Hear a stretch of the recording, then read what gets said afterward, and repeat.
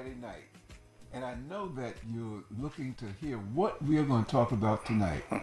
And tonight, we're going to continue what has been to me, an eye-opening discussion about one of our top topics in the news, and especially down here in Florida. So without further ado, I just want to introduce myself. I'm Dr. John Robertson, clinical psychologist and co-host of the Journey 2020. And I say co-host because the other co-host, Mr. Charles Morse, my implacable co-host, is right here with us. Charles? Well, I call myself the invisible VJ. The invisible VJ. So, Okay. I know that last week we had pretty good discussion with Dr. Flagler and Mr. Carter and yourself. And I have a few things to say, but later on. But just go ahead and get us caught up. Oh, by the way, Charles Morris, welcome to the Journey 2020. Go ahead and get us caught up on what the true topic is today, because I think we have a lot to talk about, because it's really getting hot and heavy. Absolutely. And why don't you just go ahead and get us caught Okay, up? be glad to. Okay. One of the things that we discussed last week, and we're going to continue this week, is on Florida's Amendment 2. And Amendment 2 is a constitutional amendment. In other words, it's not just a Florida law, but it will be enshrined in our state's constitution for the duration. And Amendment 2 is designed to give doctors the authority to prescribe what is called medical marijuana to individuals with, again, so-called debilitating diseases. Now, last week you heard some of the discussion around what were some of the pros and cons. This week we decided last week, but this week we're going to delve even more into it, because part of our task that we feel on the Journey 2020 is to inform our viewing audience as much as possible of things that affect you, affect me, affect our families, and affect our communities. So again, tonight, I have a good partner in the discussion, and someone that I would like to call a friend, Mr. Vince Carter, who, when he isn't with us on the Journey 2020, is busy trying to guide youth in the right direction through his recreational educational programs. So Vince, again, welcome. Thank you. And I'm going to start off because we started talking off camera about some of the things that you had found out between last week and this week. And why don't you go run with that? I tell you, it was amazing. There's more information available than I thought. And then since that time, I've been able to hear other people's opinion, because in a way, I kind of had my opinion set, but did not, as I think many people may not be understanding the gravity of this decision if we don't get involved. In other words, we need to go to the polls. Right. Some information I found today that interesting from my conversation, the information I had said that the 60% is what they need for this amendment to pass. Okay, the Constitution to pass. Right. Well, we're down 5%. Okay, and 39% of the poll taken from the Gavis poll says that 39% of the people at this time are prepared to vote no against the amendment. And what I believe that indicates to me is the education that's taking place. And let's talk about a little bit of this. Here's something and this is some information we're talking about, the teenage loophole to this amendment. It says that this is the drug dealer's loophole, and the pot for anyone who wants it loophole. It's not bad enough. The pot for anyone. The pot for anyone who wants to take it. Amendment 2 does not protect children from so-called marijuana pot smoking. There is no legal limit, age limit, no parental notification required. Under the Amendment 2, a teenager could legally obtain a recommendation for pot from the basis of school-related stress from a pot doctor. Interesting. From a pot doctor now. Oh, okay. Now, and I think that's critical that we understand from a pot doctor. Right. That's what we used to call a Dr. Feelgood. That's Dr. Feelgood. Boy, you going back over that. And interesting that because this could legally receive pot, a kid could legally receive pot from a dispensary or a legalized drug dealer, aka caretaker, without their parents' consent or knowledge. Wow. That for me, in working with youth and working in addictions and treatment and prevention, throws up a huge red flag. So let me get this now. Okay, and I don't want to get ridiculous with this. So a kid could go see a pot doctor. A pot doctor. Okay, and say he's got some stress, some stress right, in his life. Right, and the stress is debilitating. Debilitating to right, him. Okay, and the pot doctor writes a prescription. Kid goes ahead, gets the pot, comes home, sits down in the living room, lights up, and mama says, "What you think you're doing?" Okay, and technically the kid could say, "Well, listen, mom, this is what the doctor prescribed for me." And see, the misleading thing there is this is not a medical doctor that's making this determination. And I think that's the thing that throws this off. The prescription that we're talking about is not a medical doctor writing a prescription like he would for some other disease. This is a pot doctor, a distributor, a dispenser, saying that you qualify only because you say you qualify. So if I walk in and say I have stress, what test do you give for me to determine whether or not I have that kind of stress? There is no test. Okay. It's simply on my word. Here's let me go. There was something that not only does the amendment fail to require a doctor's prescription, it defines debilitating medical condition as, among other things, other conditions. Right. Yeah. Now that is all over the place in my book. The Tampa Bay Times report that in other states, roughly 90% of recommendations of pot list pain as a qualifying symptom. Well, at my age right now, every time I get up, I got a pain. I don't know where they come, so I automatically qualify without a shadow of a doubt, if I would so choose to do so. Right, exactly. And then it said the amendment also would allow the conditions such as I have trouble sleeping. So this is a great, it can be, I won't even say prescribed, supported, and then for stress for the merits medical pot. This is alarming to me. This is just because, again, we need to understand that we're not talking medical doctor. We're talking about a designation. I almost look at it as a business unit. Oh yeah. That's what it is. That's my question, because my question is listening to everything that you're saying. So my question is that what is this really about? Is it money?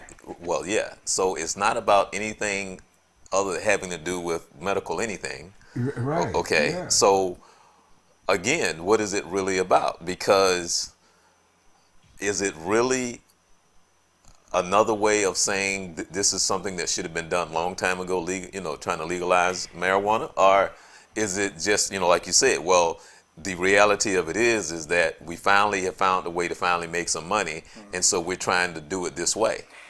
But here's the other side of that, and I think you have a good point, and I think it's part of the point that I'm arguing as well. But the thing that's really alarming is two things: making it readily available, and then then putting people in question who really need it.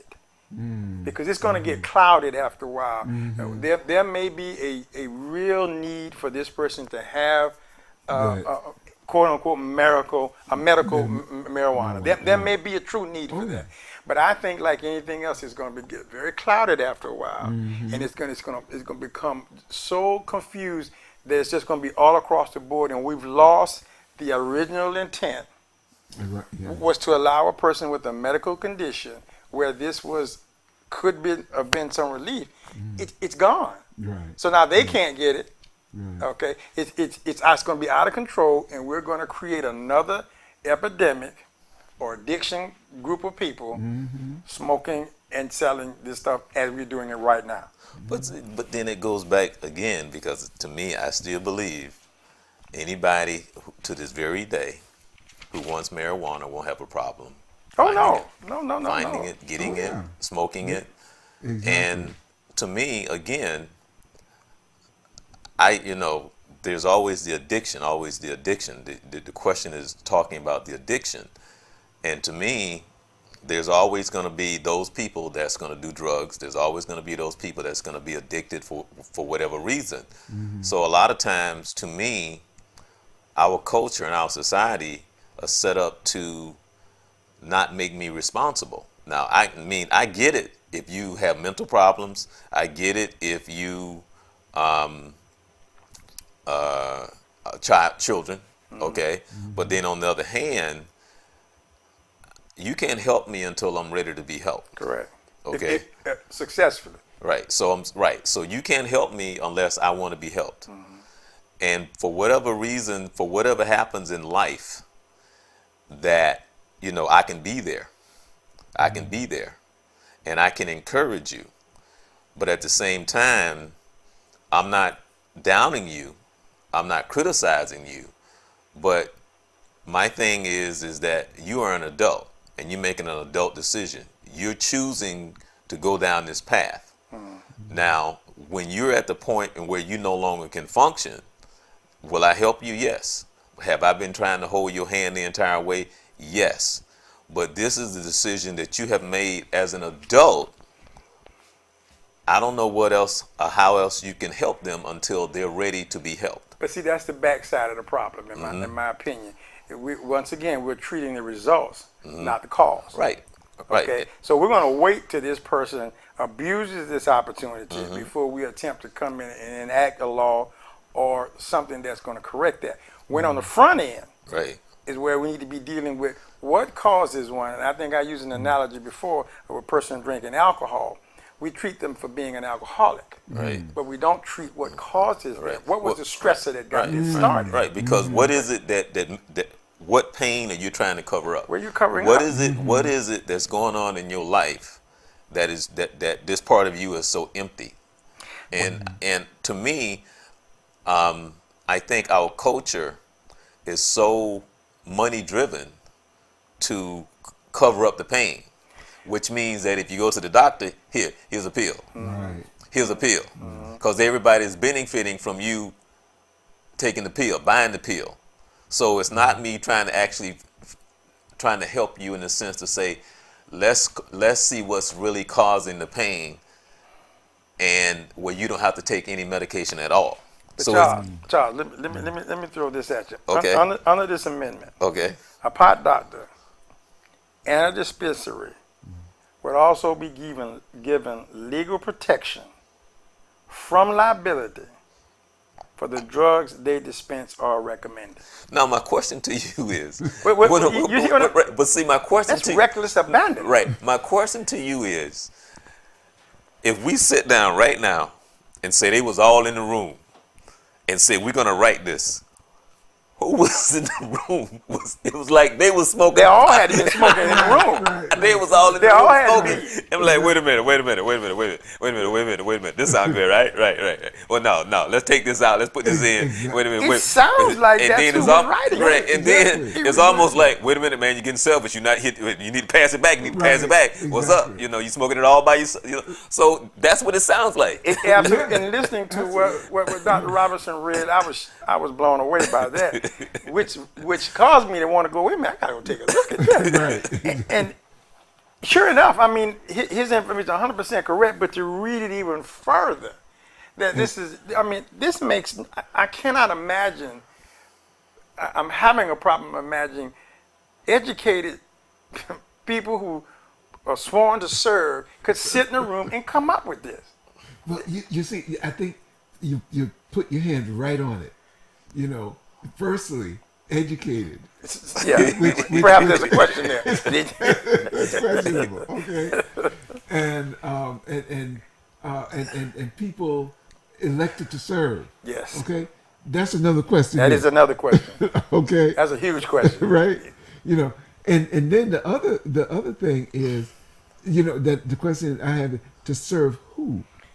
Yeah, Okay, that's a real good so question.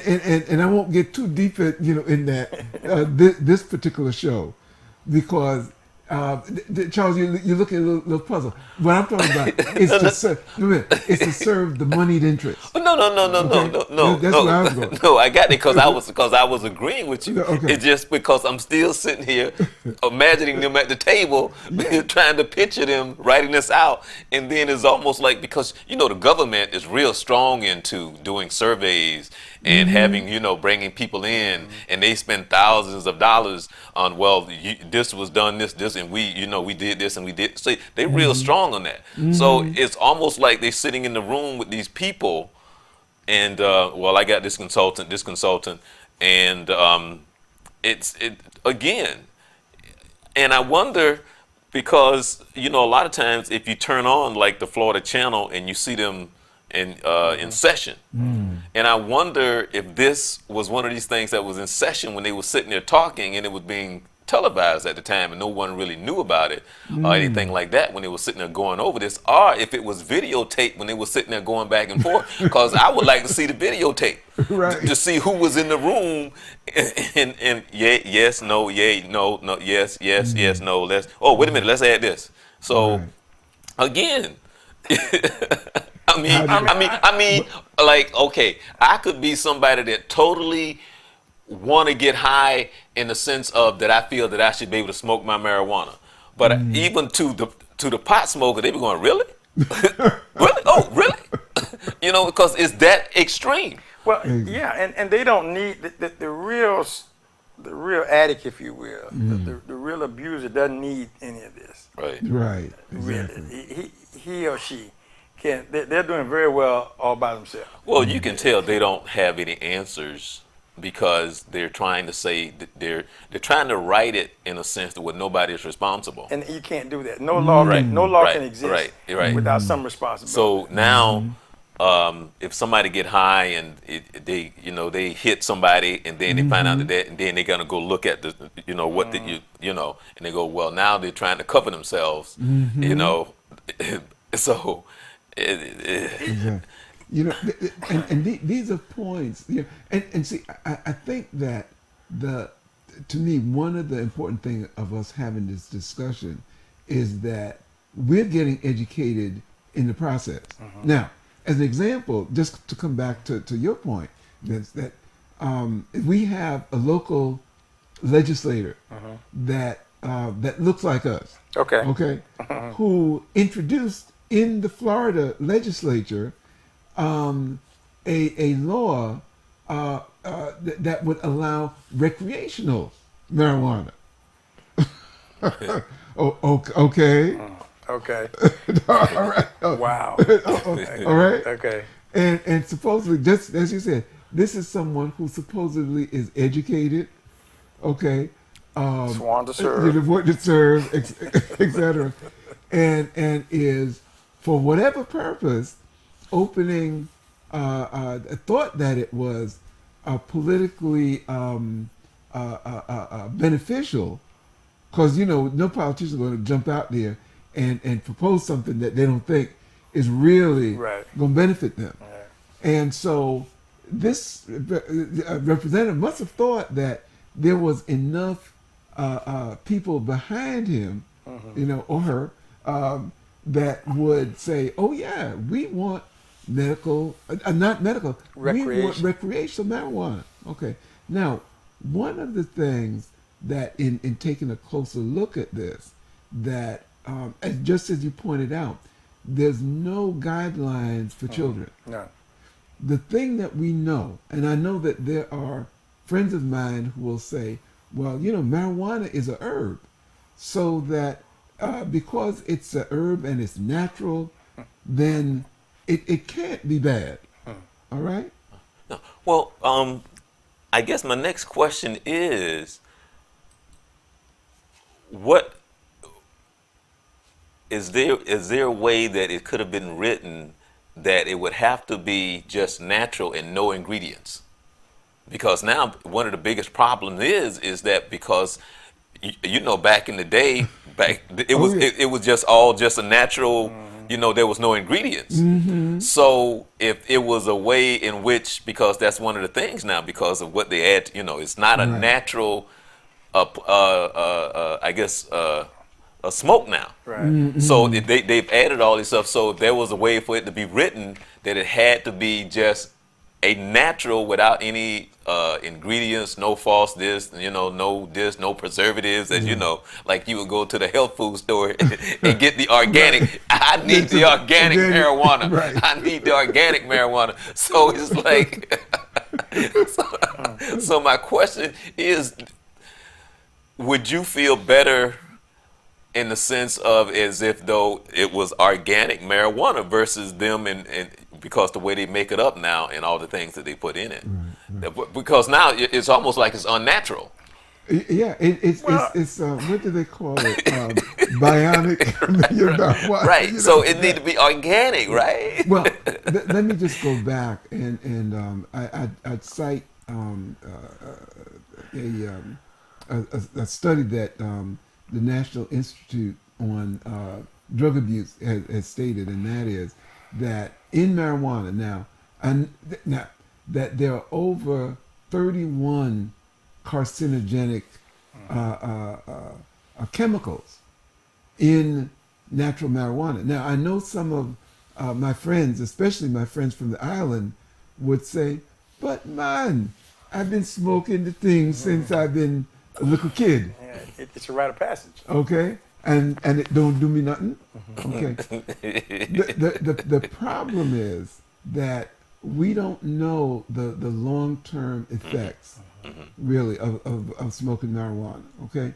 And I would even say one of the famous icons that is used by a lot of marijuana smokers are Bob Marley, okay, who made it clear that he smoked marijuana. Now, if we remember, he died from cancer. Okay, now it was supposedly cancer, that of his toe, et cetera, et cetera. But part of what I'm wondering, if his body was made vulnerable to the development of that cancer by the marijuana. The other thing, and I'll quote here, there is a researcher, assistant professor of clinical neurobiology. Now that sounds like that's a heavy That's duty, heavy, yeah. Yeah, I wonder how much clinical school he had to go for that. neurobiology at Columbia University Department of Psychiatry, and he says smoking anything presents certain health risks. Right. Okay, Something foreign, because there's something foreign in your body. yeah, exactly, and it's going to irritate your lungs, and so almost anything that goes in there is going to irritate it. Now, we're talking about this bionic marijuana, that is got. I think they said back in the day that the Charles, as you were saying, the quote unquote organic or natural marijuana was, what was it, something like 2 to 3% of the THC, tetrahydrocannabinol. Okay, now the percentages has jumped anywhere from 20 up to what I've heard is it going up to like 40%. Okay, Wow. Yeah. so we're talking about a different creature here. Right. Okay, so part of the thing is that while many of the individuals talking about, well, we ought to make it recreational, we're talking about a mind-altering, a mood-altering substance. Okay, I want to bring another piece in here, and Vincent, as you and I were doing research, and I'm kind of proud of us, man, as old dudes, and Yes. we up there checking it out. Yes, We ain't absolutely. accepting, no stuff. No, all right? no, And so I went ahead and I looked at some further studies, and I found some. This was done in last year, where they took a group of folks that were smoking pot daily, okay, and they had them as an alternative. Some of the folks take a pill, which was and that's been out on the market for something like 14, 15 years. The American version of it is called Marinol. Okay, the Europeans have had it for even longer, and they've called it. Let me get it's called dronabinol. Okay, it is the active chemical in marijuana that has the pain reducing impact.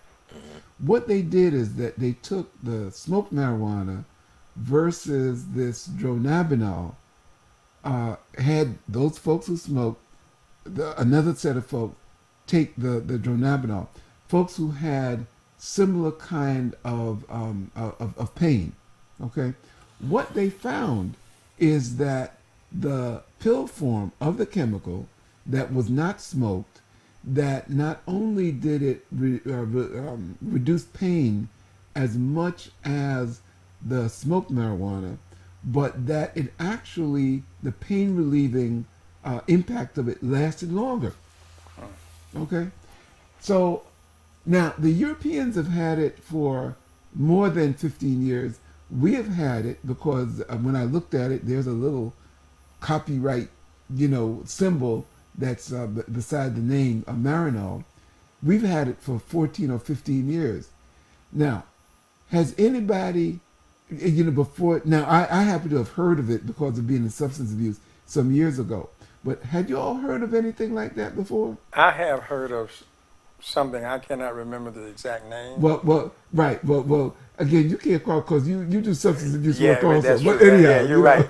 So I had heard, yeah. Right, So I guess yeah. I could say yes. Exactly. But it's been, what do you call it? A secret in plain sight.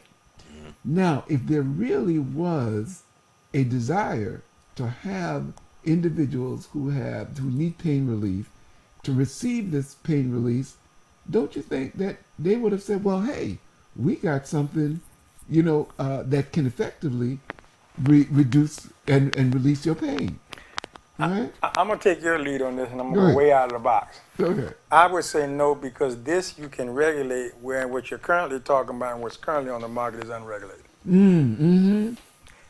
We would have, and let's look at it from a business perspective, and this is sinister, but still, the quote unquote recreational user, the guy out here using it outside the boundaries, is far more lucrative than if I control it.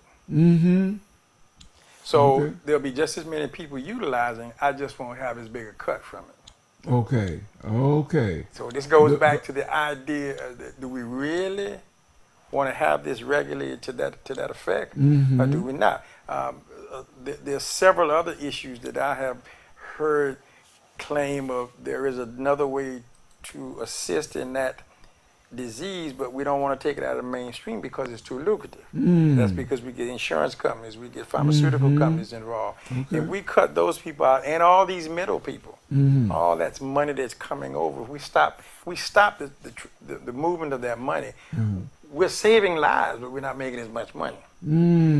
That's a concern. Okay. Here's a point I want to bring to the table. We keep talking about medical as if that is different from recreational. Using marijuana for whatever be the purpose, as it currently stands, is supposed to be illegal. Okay? It's supposed to be illegal. So now, let's think about, when we say medicine, we think about a prescription that is being dispensed by a doctor. Right. Okay, but for Amendment 2, the pot smoking measures would require only a doctor's recommendation. A doctor. So you, the doctor, recommends you that you should get this, and where do you go to get that? Me, the pot doctor. Not the medical doctor. Right. Not the medical doctor. Okay, so there to me throws up a red flag. If the medical doctor thinks I should have it, then why aren't you writing me a prescription to do so? Why aren't you providing me with that, as opposed to say, well, I because that recommendation says, and most likely this will help. That's what he's really saying. Right. Most likely, Right. this will probably be to your benefit. However, your doctor is unlikely to be in the business of dispensing so-called medical marijuana. There in itself throws up a flag Right. for Exactly. me. Once again, so who will? The pot doctor. We're down a common street dealer with a storefront. Right. Whether he be Main Street America or the guy hiding behind on the corner, it's the same principle. It's being driven by the ability to provide.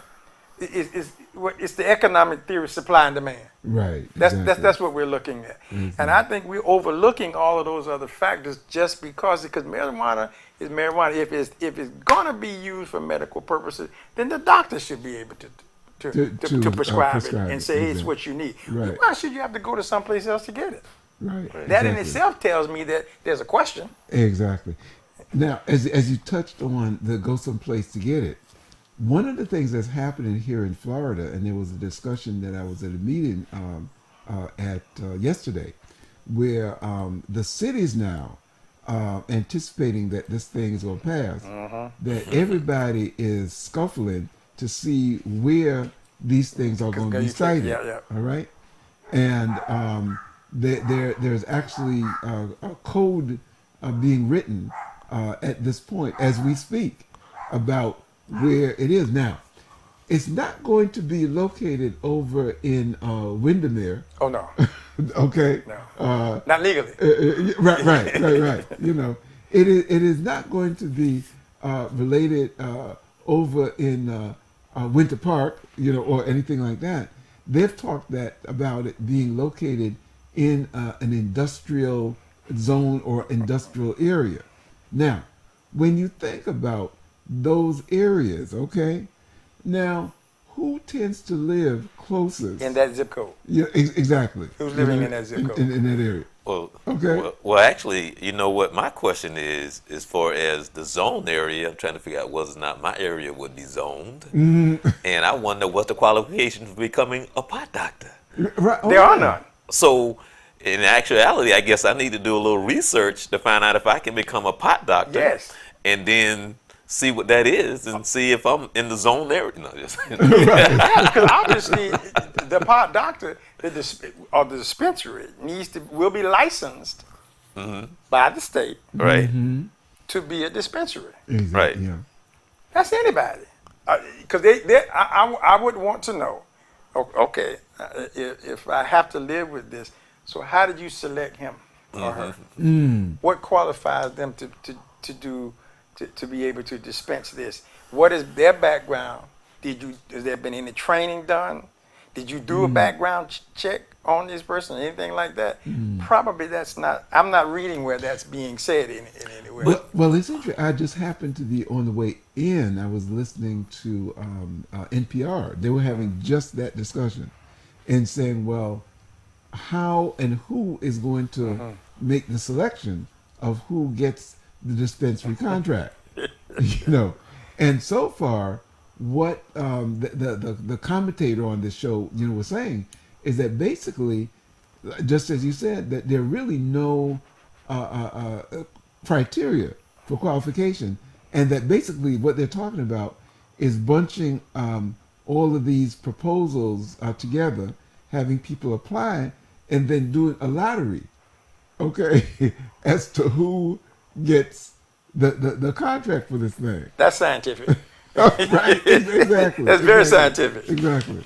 So the example that the commentator was making, that in terms of the proposal, and supposedly it's an open proposal, so anybody, you know, can. So they were saying, well, would a proposal written on the back of a napkin be considered in the same pot as a 100-page research bound proposal, etc. And the respondent to the commentator said, well, I really don't know. Well, I mean, that could be the same thing as saying is you're walking in and the guy could say, well, here are my references. As in, I've been supplying these people for years. Right. Who's better quality? Yeah, right. Exactly. I got references, This man. is what I do for a living. This is exactly what I'm doing. Listen, I know the market. You know. Very well. Listen, right, exactly. And not to throw you off, but I kind Listen. of raised this last week. How is this any different as it started to level off when it comes to alcohol and tobacco, when it comes to the severity and the harm that over the hundreds of years that tobacco and alcohol has done? Because I guess even when you compare the two, looking at alcohol and tobacco and looking at marijuana over the last, let's just say 60 years, and looking at when it comes to health issues, how does that line up with alcohol and tobacco? You know, so again, I just, because to me, as we sit and we talk about it, because I mean, that's part of it too, because I think from a health issue, because we always talk about what it costs us health-wise. Right. I think health-wise, I think tobacco has been way more costly when it comes to the ill effects, and also alcohol, and people dying from drunk drivers or whatever happened when it comes to alcohol, or whether or not somebody is ill because of alcohol. But yet these things have been legal in our country for a very long time. So I think that's probably part of the debate as well, and has always been part of the debate. Well, you don't have. Unfortunately, you're gonna have to have a study to determine. We're gonna have the loss of life before Right. we can look at collateral damage But to determine. they have been doing that over the years. I mean, But not in this sense. Now we're going to put this. Yeah. We're going to, Right. for lack of a better term, legalize it. Right. And Not as study. right. Right. And as far as I know, that marijuana is not one of the things that has been calculated in terms of, now they've done alcohol and other drugs, but I'm not aware of any regularly gathered statistics on things like traffic crashes and that are marijuana influenced. The information that I have been privy to, again, does not say categorically that it was caused by marijuana. More of it is a contributor to the fact that one it altered his or her ability to make a sound decision. It affected that, but it was not the cause. Okay. So they're saying, according to what I've read, is not saying that it had a direct effect, but it is a part of the process that causes this. Okay. So, and that's why most avid users say it's harmless. But I think if you've been around it, you know of it. We said earlier, it's a mind-altering, mood-changing drug that causes one, and it affects each person differently. Exactly. That can become very devastating. Yeah. So I think, unfortunately, there's no statistics to support it, which is really a sad thing, because now we're going to have to wait till statistics mount up so that we can go back and review it. That's the part I dislike about that. So we're not going to fix it until it's broke. Right. Okay. Until the body is Until the body count mounts up. Exactly. and That was true of alcohol. Right, and that's our culture. Or something tragic has to happen before we go in that direction. Yeah. Unfortunately, Exactly. that's just the nature of who. And you see, the thing that I worry about, and Charles, I was hearing you clearly earlier that we, well, I can't say we should not, but I'm not for a nanny state. In which each decision that is going to be harmful or potentially harmful to us, that we have a law, that says, well, you can't walk but so fast because you increase the rate of, the possibility of tripping.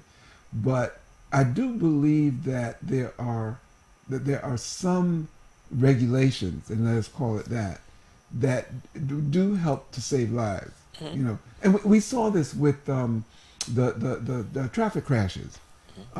While I'm not happy about 55 mile per hour speed limits, but the clear fact is when those speed limits started getting imposed and people started getting tickets, okay, and interestingly, not going to jail because they went over the speed limit, but getting a ticket that took money out of their pocket, all of a sudden folks began to pay attention to those speed limits. So I'm saying not the nanny state, but some guidelines that says if you're under a certain age, okay, you don't get to using marijuana, okay, unless there is a true debilitating condition that is defined by a medical doctor and an addictionologist, okay, because that's the piece that even the medical folks really are not trained, Right. to pick That's up true. that those characteristics that indicate the addiction potential. Then I would say, okay, and I think also having the parents have some say in there, because again, the last thing I want to do is to have little guys. We were saying my kid come home, with a spliff, in his mouth, talking about, Yeah, but I got a prescription. yeah, but back in prescription, no prescription, you couldn't come in. My mom, hey mom, here's my prescription. She gonna, yeah, well, you just digested that. Yeah. Right. Because you gonna shove it in. No, Exactly. that doesn't fly here. Exactly. But again, with the way that things have gone, some of the things that our parents could impose upon us Right. nowadays, kids will, look at you and say, "Oh no, I'm gonna call X, Y, And Z." somebody listens. Yeah, exactly. Yeah, somebody listens. Exactly. Yeah. See, and again, not to go back to the good old bad old days, but again, my folks would have said, "Listen, let me give you the telephone. Yeah. Okay, you call, Absolutely. and when they come and collect you, okay." You'll be standing outside. Right. When you come. Yeah. Exactly. I'd be glad to tell them what happened. But not to switch it up. But then even when the police officer would come to the house, he would stand there and watch you discipline and would encourage you, and even you can sit there and they would. He would try and help you. Well, won't you take him out on the back porch? Here's my belt. Back. So yeah. So that's how that was. So things have changed. So we have to again, not change our values, but change, what we do, with the times, so that we don't wind up doing time, while the kid is out there, lighting up, his joint. But the thing is, it's coming back to some of the potential factual information, that we know that young brains don't get fully formed until the mid-20s. Okay. We also know that anytime there was something that was in any way risky, we were likely to try it out, because we would say, well, even as you were talking about with alcohol, we saw our parents drinking. We said, well, there must be something to this, and we wanted to try it. Right. The issue is not that someone is going to, like in Reefer Madness, all of a sudden descend into a depravity or something like that. But the problem gets to be that these young minds, we already got enough problems with getting our kids to concentrate, on their books, on education, on sports, on anything, even to concentrate on the little what is it, video games that they be playing. Now with pot in the mix, you're gonna have folks that potentially will be sitting up there in class, basically zoned out, not only unable to read, but unable to focus in on whatever is being taught. And my concern is that we don't passively sit by and allow a generation to go into the ground. And I remember, and we've talked about my coming out of Harlem, and people will say, you Harlem, You know, you don't seem like it. The home that I grew up in, and this was like the early 50s, early to mid 50s and whatnot, that drugs was within the community, but drugs did not hit the community until a couple of years after my family, moved out. If you remember, in California or in our communities, crack to a minor extent was in the community until it flooded in, Right. in the 80s, Right. you know, and because we've always had marijuana in our communities, we've always had cocaine in our communities, we've always Heroin. had these things, heroin in our communities, Yeah. okay? Yeah. It was in the background, Right. you Oh know. yeah. Yeah. Yeah. But Yeah. as soon as it got to be the quote unquote thing to do, Mm-hmm. all right, there were literally, when we think about it, generations in the 60s, generation in the 80s that were truly lost.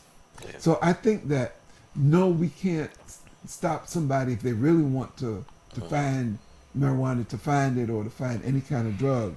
But what we can do, and I hope that we're doing tonight, is to help them to educate so that if and when we decide to use, that we have open eyes, we have open ears, and that we know what potentially some of the consequences can be.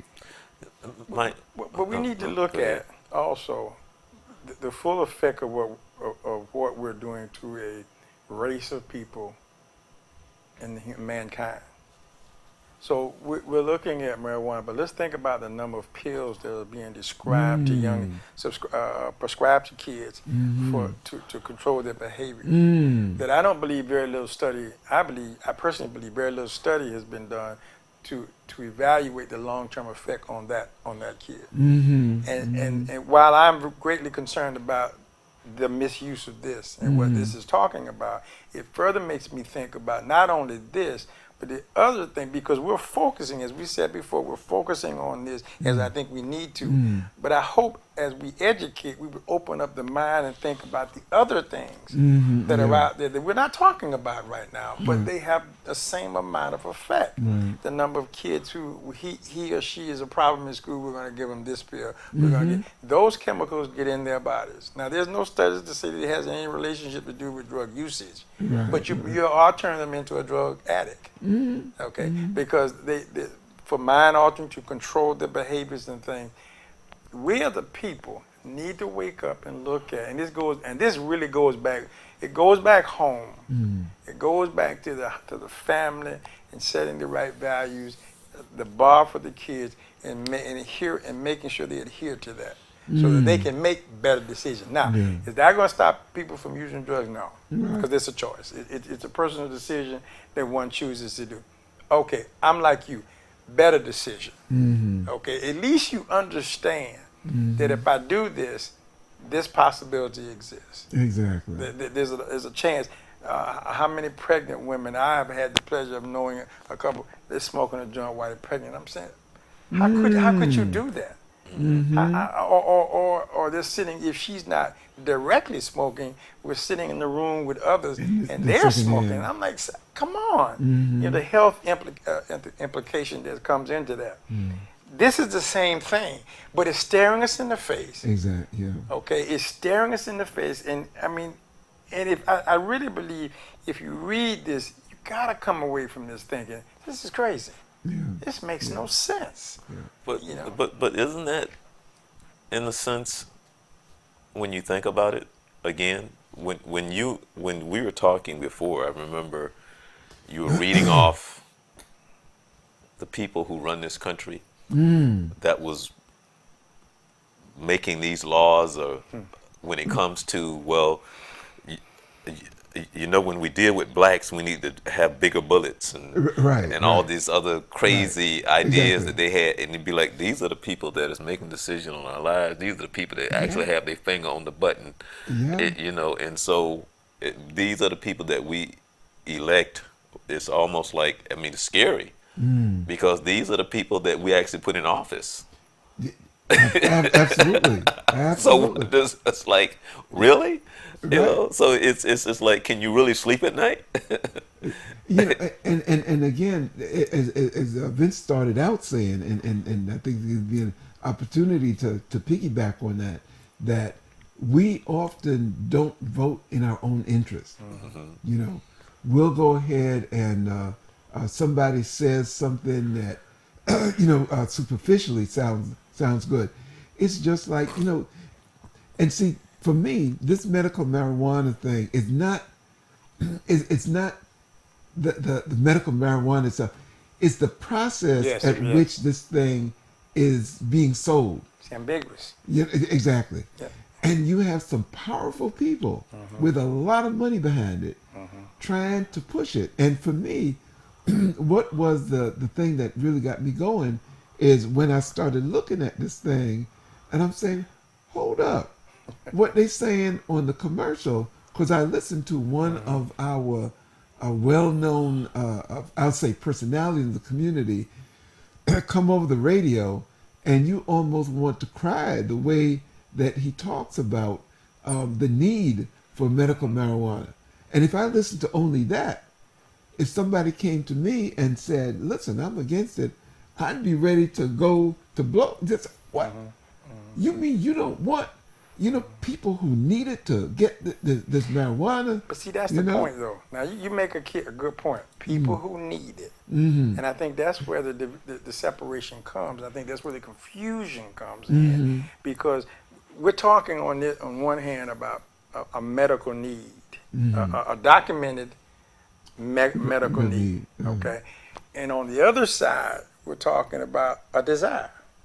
But we're putting it all together into one situation because when you look at the way this is written, it's recreational.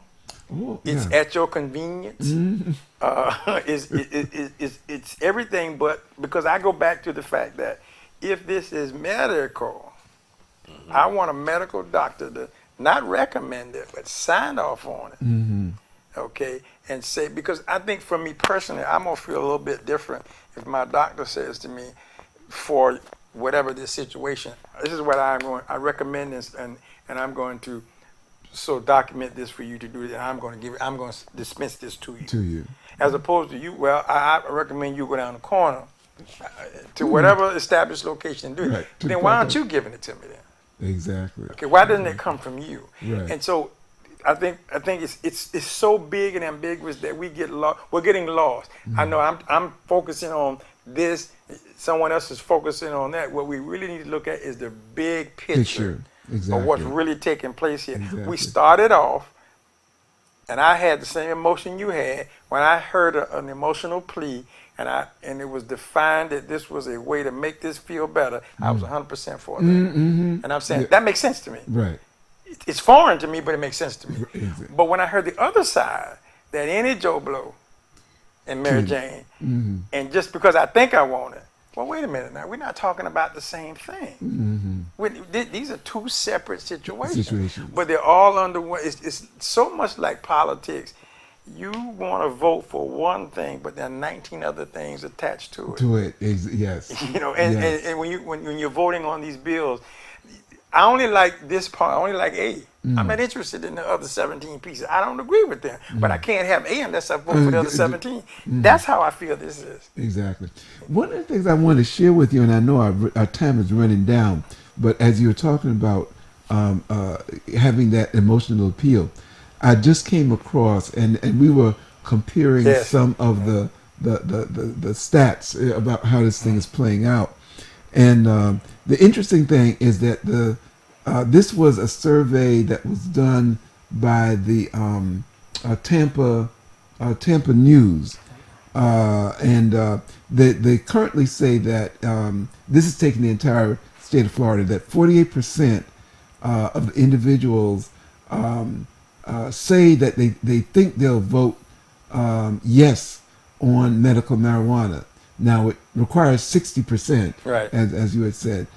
It's interesting that now 44% said that they will vote no. And as I understand it, it is in that statistical area where, although there's a 4% difference, that it's a non-significant difference. So it's basically 50-50, you know, at this point.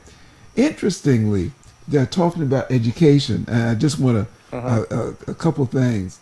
When you take a look at, according to this poll, currently 53% of black folks said that they are in the yes column, okay? 35% in the no column.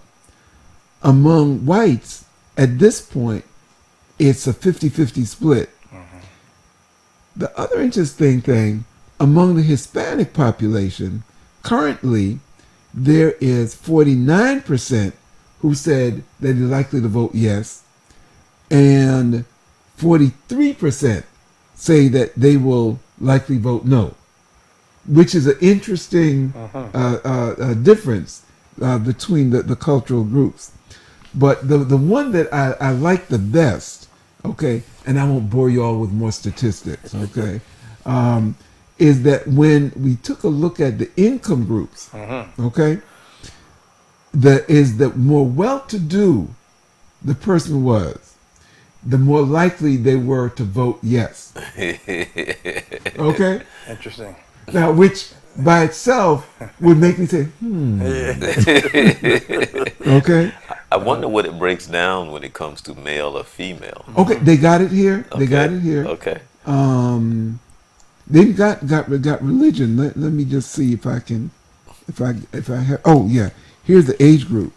Okay, and basically, and I'm going to not cite statistics, but the older, well no, it's not true. In the 18 to 24 age group, it was 63% yes, 32% no. In the 25 to 34 age group, it was 74% yes, 20% no. Okay? Then an interesting thing happens. Once you get over 40, later, over 45, the percentage of yeses begin to drop. Okay? So that in the older group, and this is 60 and above. Now, see, I thought that the older folks would say, yes, give me my plot. But according to this, it says 37% are yes, and 6% are no. 7% say that they don't know, and 1% refuse to answer. So, as you get older, it's almost like that bell curve to a degree, and that you get an increase in that middle age group, and afterwards that it starts to dropping. So the interesting thing is going to be how this actually plays out. Okay, well, but you have to close this out. Go ahead. No. Okay. Well, again, audience, I hope that you've enjoyed our show again tonight. We thought that it was not only interesting but essential to bring you the information. And the three things I want to say real quick are: firstly, get educated. Okay, that is really important on this, and as Vince was saying, on so much more that is going on in our community, so that we know what the cause is. The second thing is vote. Okay, there is no excuse, whether you want medical marijuana or not, to not have your voice be heard. And the third thing, and we're going to ring out with that, as you know, that the journey is from me to you, and from you to me, so that we can reach that higher ground and that higher journey. Good night. Join us next week.